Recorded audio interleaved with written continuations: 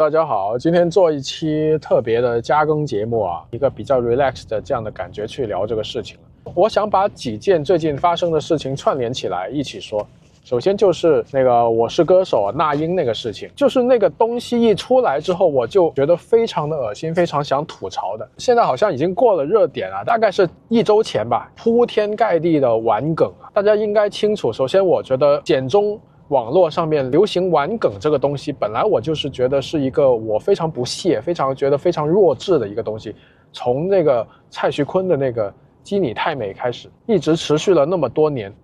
难道当初那些小学生、中学生玩梗到现在已经这么多年过去了，他们的楼神都没上踩啊？就是到现在还没有觉得这个东西是个很脑残、很无聊的事情吗？先说玩梗这2个字，我就已经觉得很恶心。具体 specific 里到这一件事情，那英这件事情，第2个恶心我的点就是这个梗本身的包含的内容之恶心。大家可以看到几幅在网上铺天盖地的图，一个就是把那英 P 一个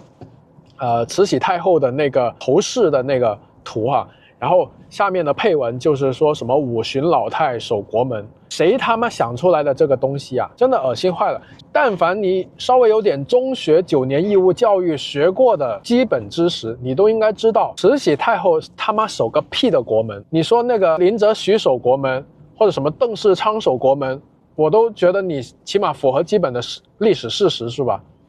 你慈禧太后守个屁的国门啊！她不是第1次跑到承德去了，第2次跑到西安去了，那些大臣还被她拉去咔嚓当一刀砍了当替罪羊吗？当年的那些战狼大臣不就相当于现在的战狼小粉？所以你这么一个连历史基本史实都不符合的一个梗，竟然能够这么广泛的流传。那假如说所有发这些梗的人都是机器人或者都是踩缝纫机的人，那这我倒是无所谓。但是你很明显的能看得出来，有一大部分的人他是真人，他是那种打着那种所谓娱乐至死的那种旗号，或者说什么图一乐这个词其实我也觉得蛮恶心的。如果你发表了一个很脑残的言论，然后很无知的一个言论，或者说很没有逻辑的一个言论被人揭穿了，然后你为了给自己找补，然后你就说我只是图一乐，那你为什么不反思一下，你受到这个舆论的影响，被他洗脑，被他控制，被他带节奏，有人制造了这么一个那英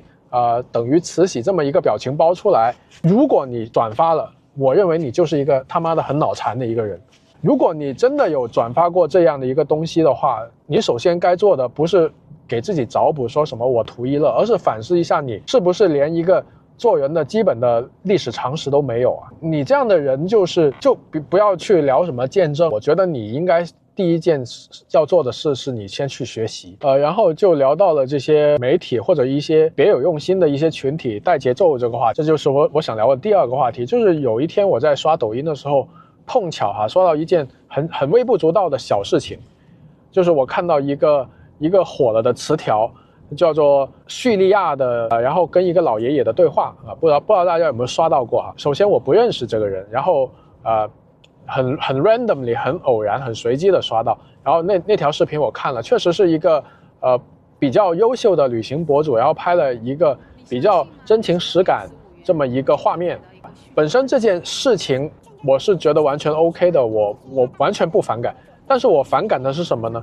就是这些别有用心的这种正能量的媒体矩阵开始对这个事情开始带节奏，往他们想让大众联想的那个方向去编辑。是这样的，就是那个原视频本身是还蛮优秀的，但是呢我发现大量的那种号就是用着 AI 的 voice 截成那种黄色方框，就是新黄色新闻嘛，就开始用那种机械的声音就是那种电脑的声音，什么四爷呀或者什么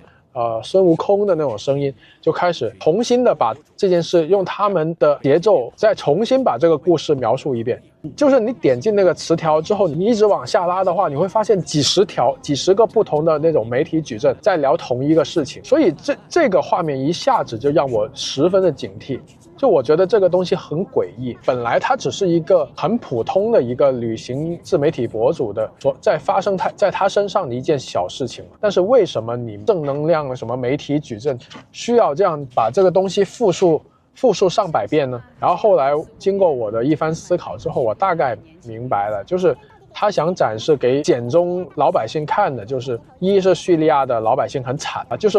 外国水深火热，这是第一个他们想表达的点。第二个想表达的点就是叙利亚以前非常的和平，然后现在由于邪恶的美帝入侵或者邪恶的西方势力入侵了之后，然后导致了他们10年内乱。但是这两个 concept 这两个 idea 在原版的那个旅行博主的原版视频里面是没有表达的，是这些正能量媒体矩阵所加工的，它只是应用了那个原版视频的画面，但是所有的配音，所有的这个带的这个节奏，他们想让你往那个方向想，全都是后面的那些矩阵所加工出来的。这个东西就让我觉得，当我想通了这整件事情，一瞬间让我觉得很恶心。为什么呢？因为我本人也是一个旅行博主，然后我以前也拍过一些就是贫穷国家的老人啊，资深的老粉应该还有印象，就是我在巴尔干半岛的时候也跟一个类似的这样的老爷爷对话过，很感动我的。我这个创作者本人，我并没有想表达这么一个意思，但是被这些正能量的媒体架在火上烤，就是他们把我的原视频截去了，然后发挥他们的一套价值观，他们的一套意识形态，就是未经我的同意强行了使用了我的原版视频的这个片段，我会觉得很恶心。就这样的一种感同身受。我相信后面的这些媒体矩阵的加工啊，也不是那个原作者的本意啊。然后进一步联想的话，你就会觉得你，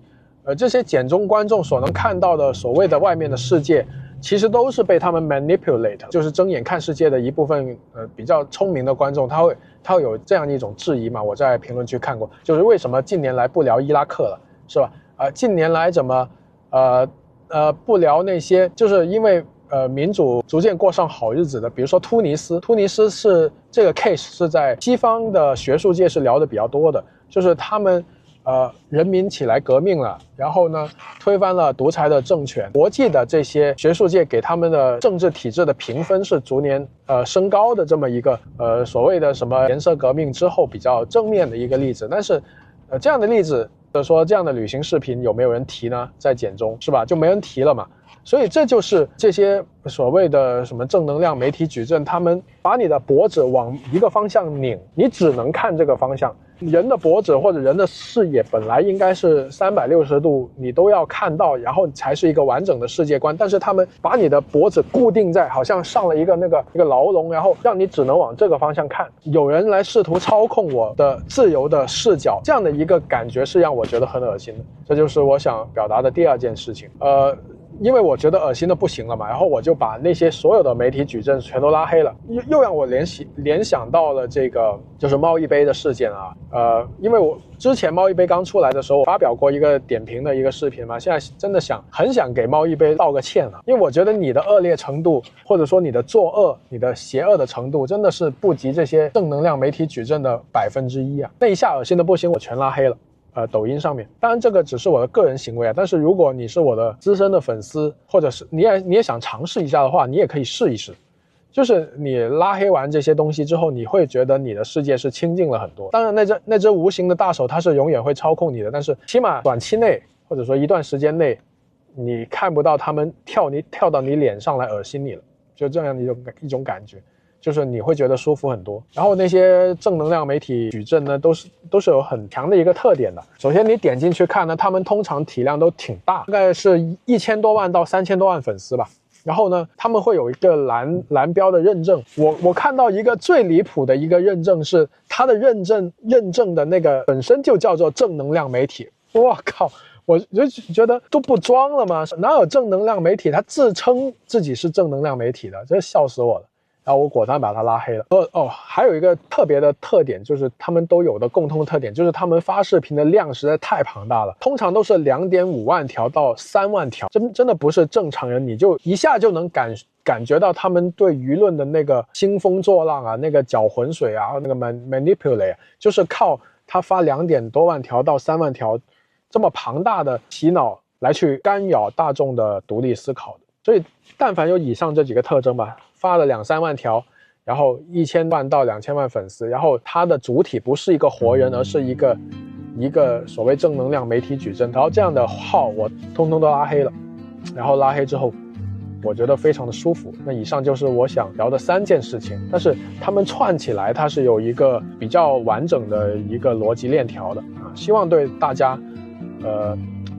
对媒体的看法，对自由思考或者说独立思考都会有一些微不足道的小帮助吧，那就是这期的意义所在了。